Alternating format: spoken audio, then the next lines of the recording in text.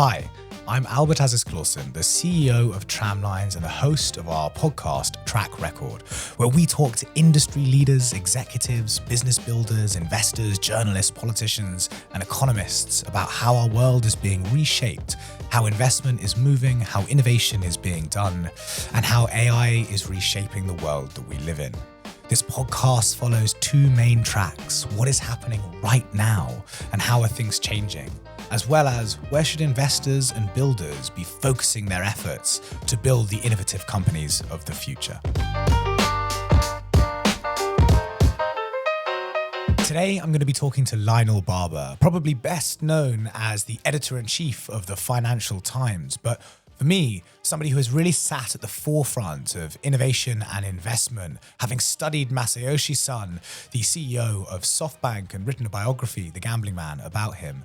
Lionel gives us a rare insight to the intersections of power between politics, economics, banking, investment, and innovation, and has sat at the front of the global changes we're seeing around AI and venture capital.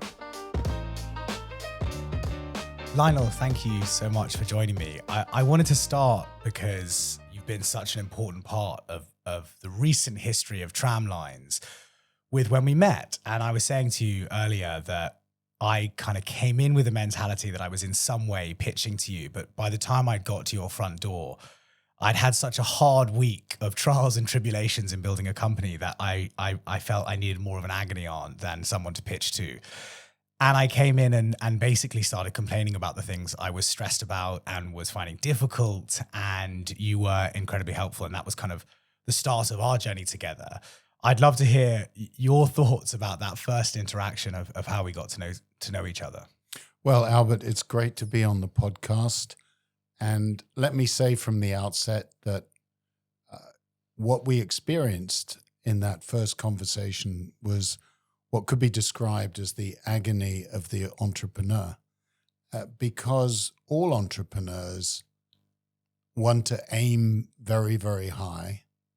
They have lots of different ideas, and the challenge is to try and focus on what's feasible and to get a little bit of distance. And that's why sometimes having an agony uncle, call it that, or somebody you can talk to and talk through these things, that's important. But I spent a lot of time when I was at the Financial Times, both as editor for 14 plus years and also as a correspondent, talking to people in business as well as politics and national security and things like that, people who are running big organizations.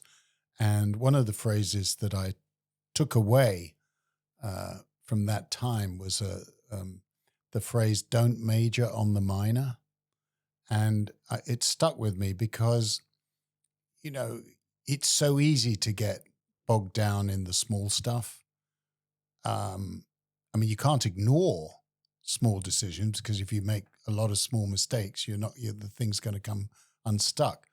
But, you know, being respectful of the big vision, understanding, and we're going to talk about this in this country, Britain, about the challenge of getting to scale.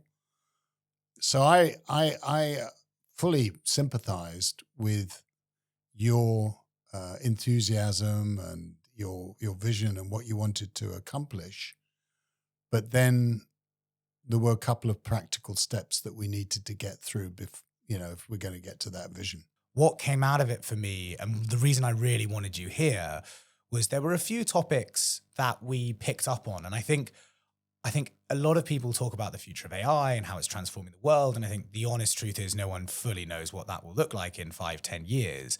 But what we do know is that there are some really interesting trends and changes happening right now that we can talk really meaningfully about. And you wrote an article just after we talked about not giving up on Britain and this narrative of decline, which I think you're quite passionate about. But it's not just a narrative of decline by itself. It's also enthralled in this AI revolution and what opportunity that affords the UK and other nations, but the UK in particular. So I'd love to hear what that means to you and what you meant by that.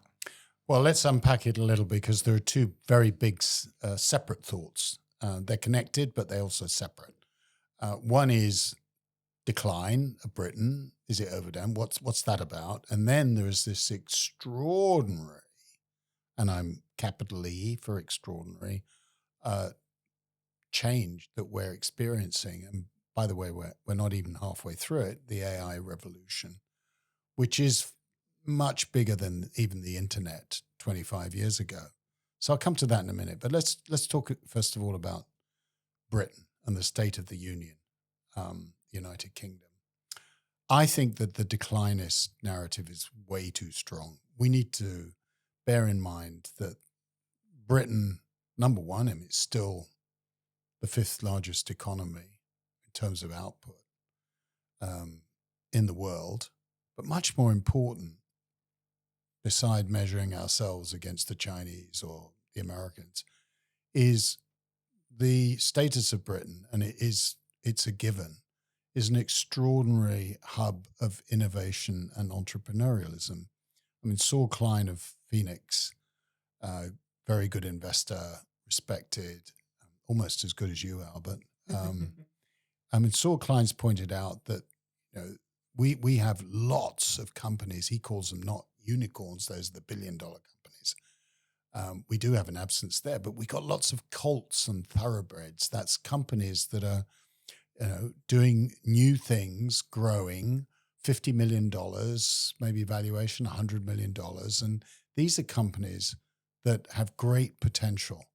Now, linking that to AI, I think the challenge is to harness the technology to develop fantastic growths of productivity, transforming these companies to give them almost an accelerant. There's a really interesting problem there that I get caught up in a lot when talking to venture capitalists, investors, particularly who are not based in the UK, who talk about the stark contrast in risk appetite, really, between British investors and, say, American investors. And that you can only really do innovation in America because they're willing to take these bigger jumps and bigger tickets of investment, really, into more risky opportunities, which gives more opportunity for inefficient innovation where things fall out. And I mean, that's a very oversimplified explanation, but I've not agreed with that. And I think that was something that we had a really interesting conversation about. Like, what is innovation in the UK? We can talk about these colts and thoroughbreds, but what unlocks their growth? Because it might not just be capital.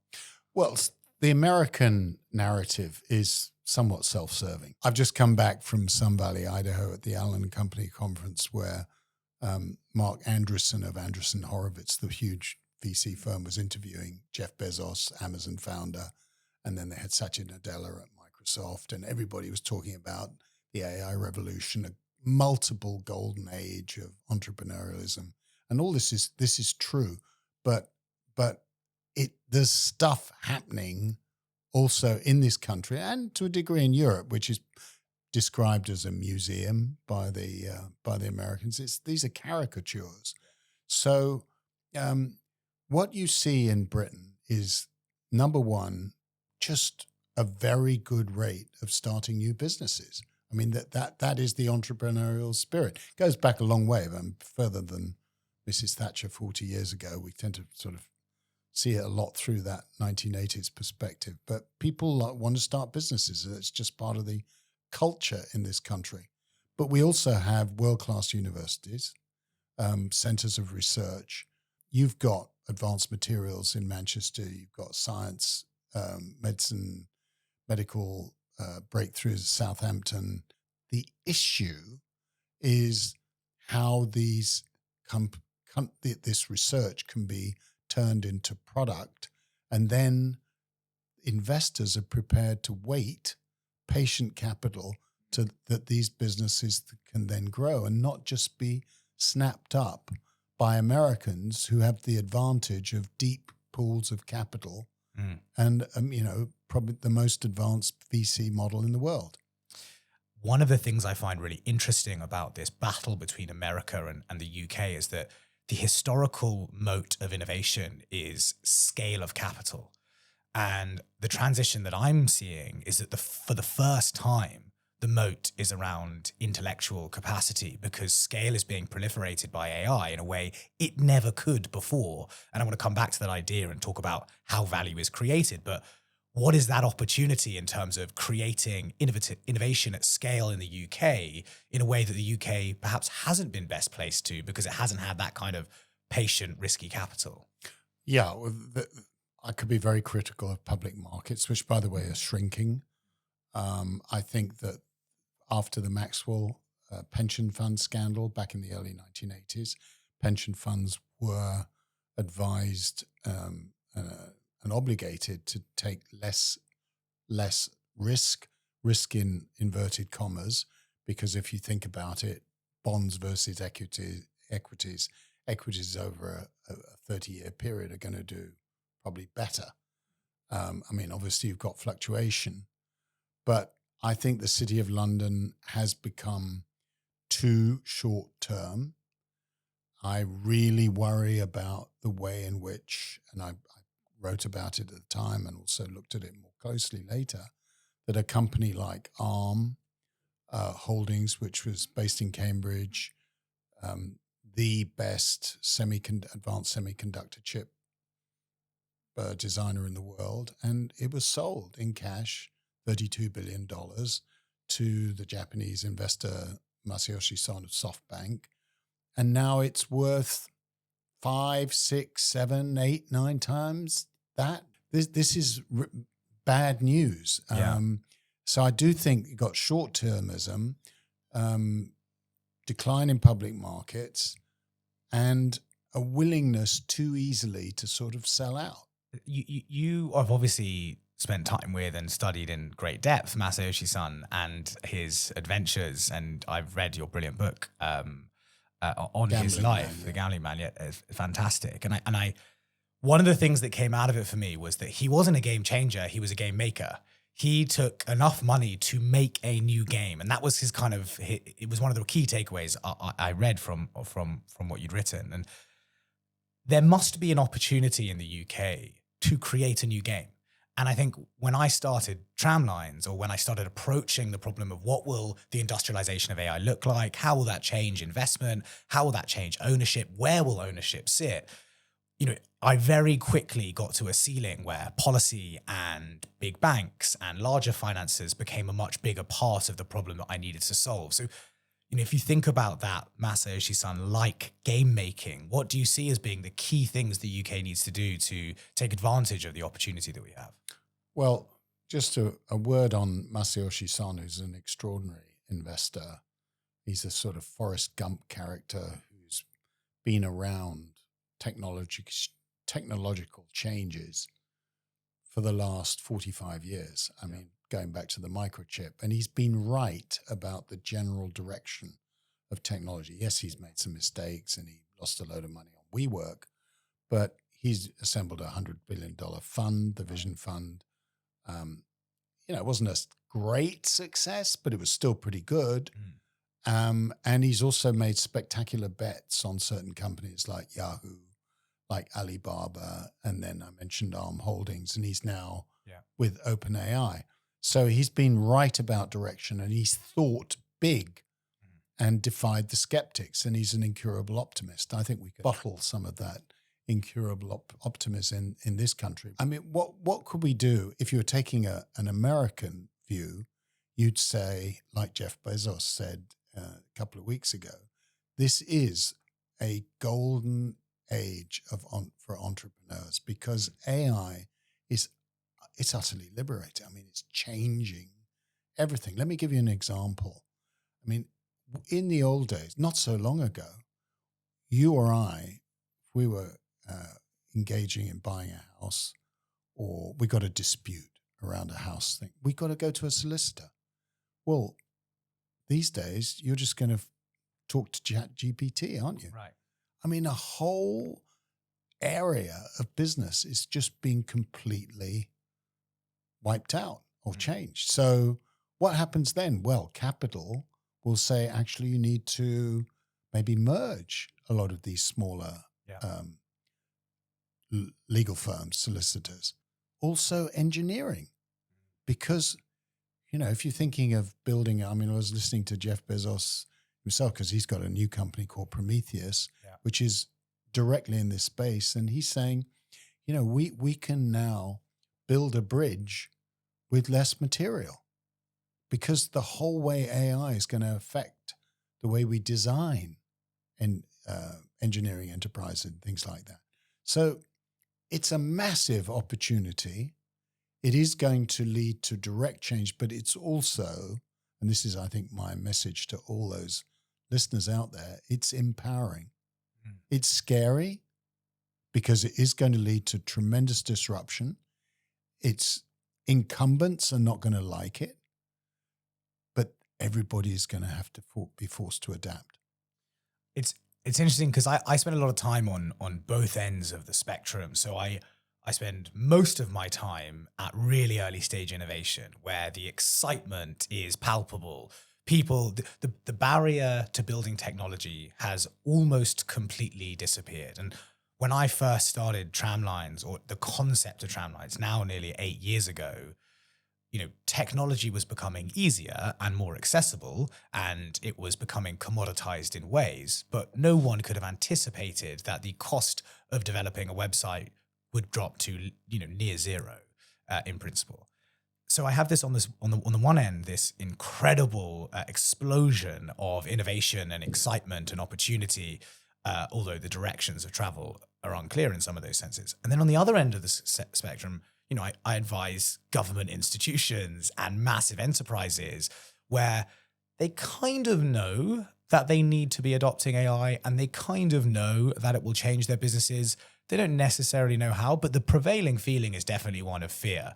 And a lot of them then kind of group around hyperscaler companies that feel like safe hands, who actually will transform their businesses too slowly. And if we think about this transformation and you're thinking about talking to leaders, particularly in government and in enterprise, how would you talk to them about stepping back to look at these trends and being at the right position on those adoption curves?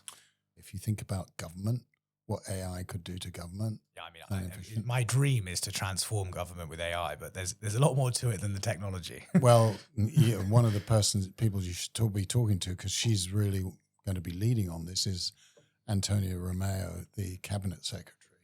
And I think that's something that she really feels is going to be a part of her success as cabinet secretary. The technology for massive transformation now exists. There is no question about the fact that the government, if it was just a problem of technology, could transform. The question actually is around, what does that mean for employees? What does that mean for how people charge for products? What does that mean for policy and security of, the transferable technology of different technology partners and the inertia? I guess I just wanted to put that in before you carried on, that the problems we're really talking about are not actually technological. Because if you ask me to build you a piece of technology for absolutely anything, I'll have it to you by tomorrow. Yeah, there's a serious question of the consequences for employment, say in the civil service. If you think of what you could do, souped up AI, deployed immediately, tens of thousands of jobs would go. And that's not feasible. So you need to have a sort of plan. And then you also need to think about how people can be redeployed within the system. If you look at Microsoft, for example, and Satya Nadella there has said, we just need to fundamentally change, hundreds and hundreds of roles because we can have agents. So how do you've got people who are technologically literate, can be very productive. How do you harness them in conjunction with the agents?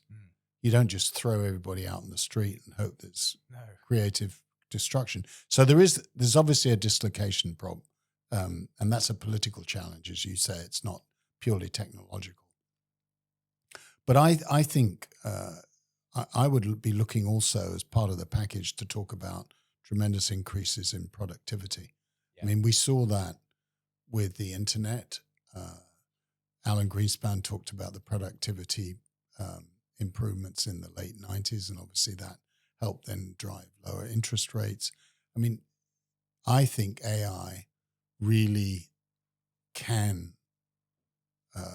begin to tackle what is a serious productivity problem in the UK. And we've had it since the global financial crisis more than 15 years ago. We just haven't really recovered. So I see that AI as part of the answer.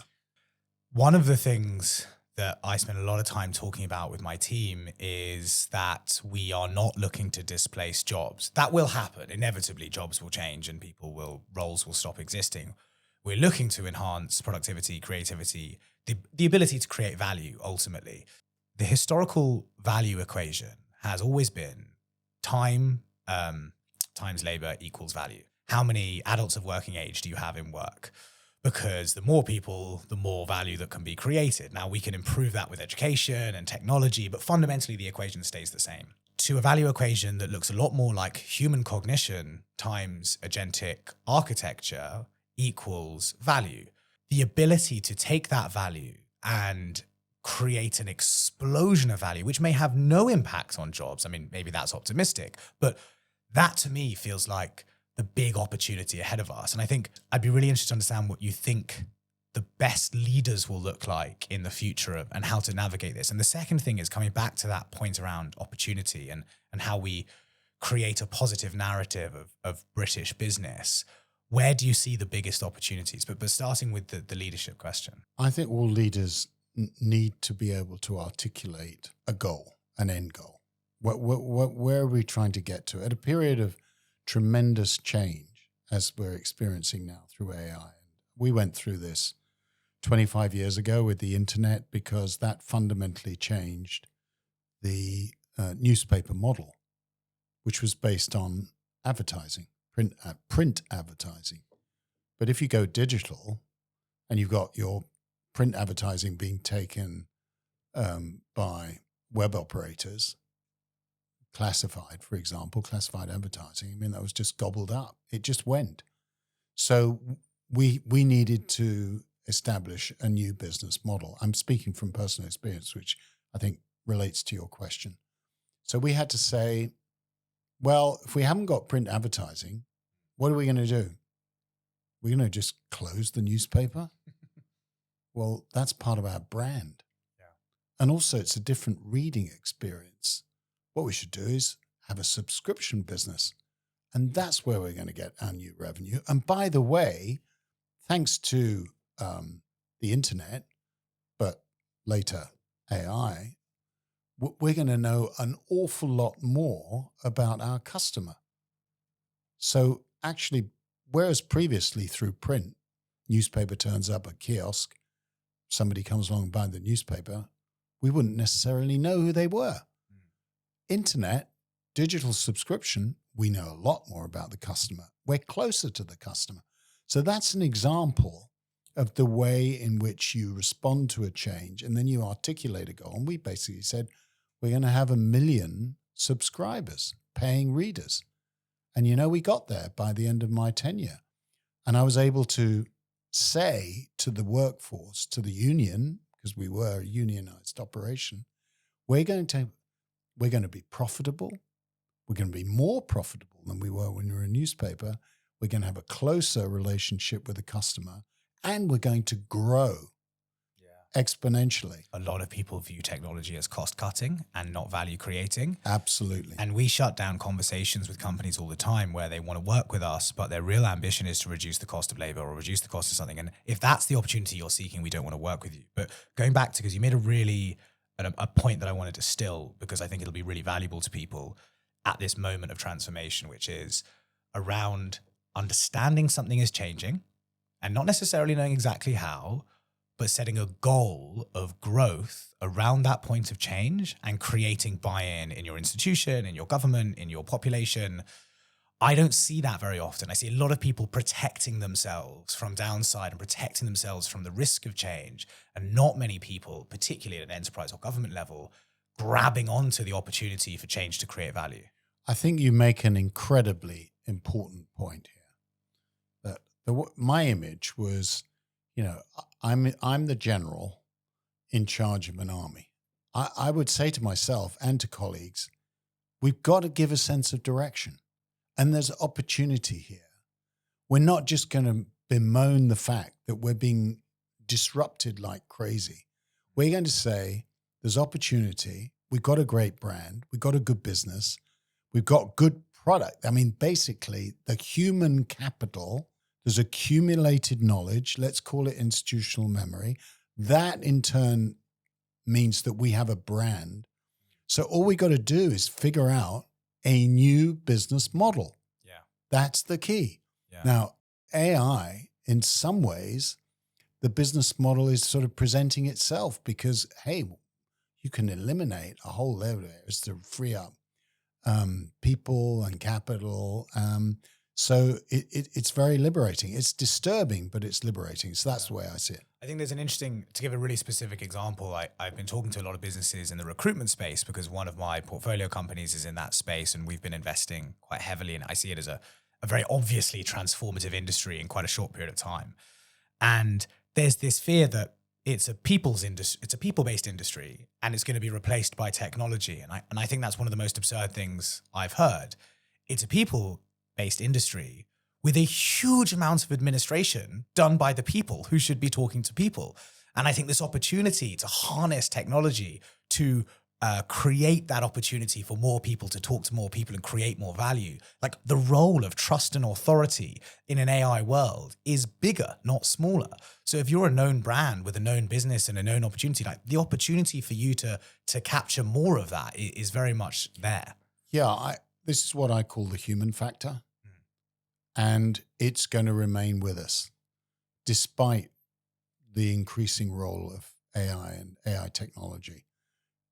So what you have to do is figure out where is the space where we say, actually, we can enhance the human factor.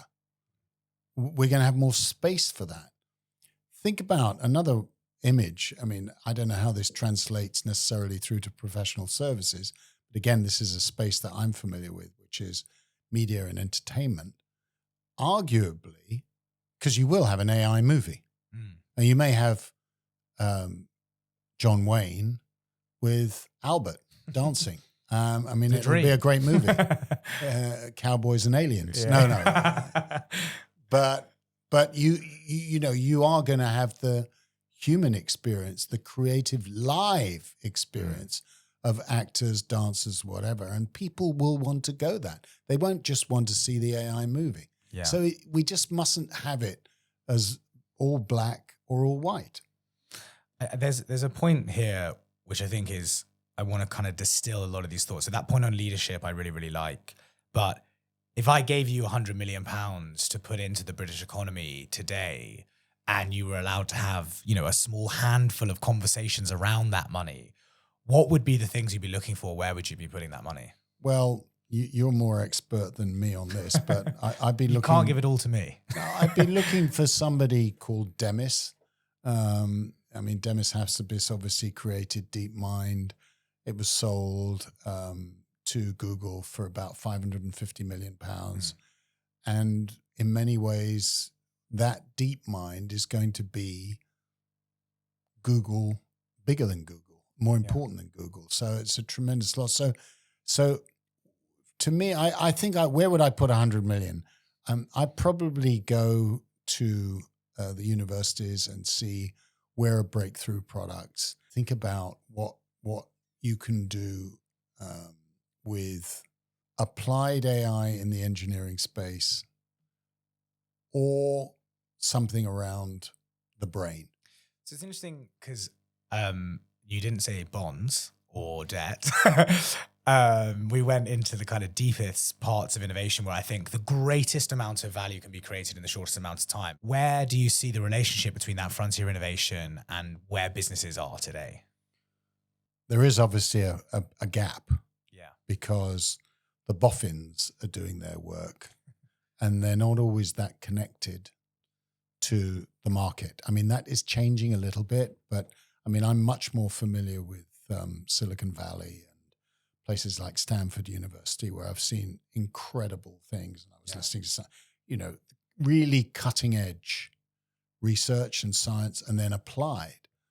And then there's an ecosystem which is connected between the research facility and VC or capital pools. And that's just not the case in this country. We just don't have that. We've got something of it, but it's not anywhere near as developed. And also there's a scale difference. So if I'm going back to your 100 million, I mean, maybe I'd be adopting the Albert approach by saying, are there companies that through the judicious deployment of AI could transform in terms of profitability and growth? And I am a great believer in founders. I like to smell the horse flesh. I like to see, are these people, have they got something different, and can they see 3 years ahead where they'd be and much bigger? So yeah, you're going to make the odd mistake maybe, but there's great opportunity. This is the point in a podcast where usually the host asks what advice you'd give to some kind of mystical viewer type character. But far more selfishly, what I'd really like to hear is, if you had to give me one piece of advice, knowing my ambition and what I'm trying to achieve, what is your advice to me? Be able to delegate. So great leaders know how to delegate. They know when to intervene. They know that they're the driving force behind a company, and they're the ones who have to spell out that goal that we were talking about earlier. But if you try and micromanage your way to that goal, you're going to undermine your executive team. I'm not saying you are doing that, by the way, but I'm saying if you want to grow a business and you really want to get to scale, then being able to delegate, just to be able to live, by the way. I mean, when I was editor of the Financial Times, I used to say to people that what my job was either managing a rock band or managing 585 brilliant anarchists. And you can't do that just on your own. So having 4 or 5 people in my organization that I could absolutely rely on was very important, I think. I think that was pretty similar to the main bit of advice you gave me when we first sat down, and really led me to building what I consider now an institution from what was really a gaggle of people that I was dragging through a forest of unknowns. So I really appreciate that. I think that it's an important piece of advice. I hope this isn't the last time that I have you on Track Record, and it's been an absolute pleasure to have you. Thank you for your mentorship and your involvement, and I really appreciate your insights on how this industry is changing. Well, Albert, it's been for me an enormous pleasure, and in a way I should be deferring to you, because you had the vision, the energy, the enthusiasm, but also the knowledge of how to set up your own company and to be investing in others that are turbocharging these companies' growth. And I look forward to hearing more about that. And I'm very confident because in your success, because in the end, Albert, you do listen. Next week, I'll have Emily Turner, the CEO of HSBC Innovation Bank, on the podcast to talk about how finance is reshaping around modern innovation and AI. Keep up to date with what we're doing at Tramlines on LinkedIn, follow the podcasts, and look forward to lots more exciting guests.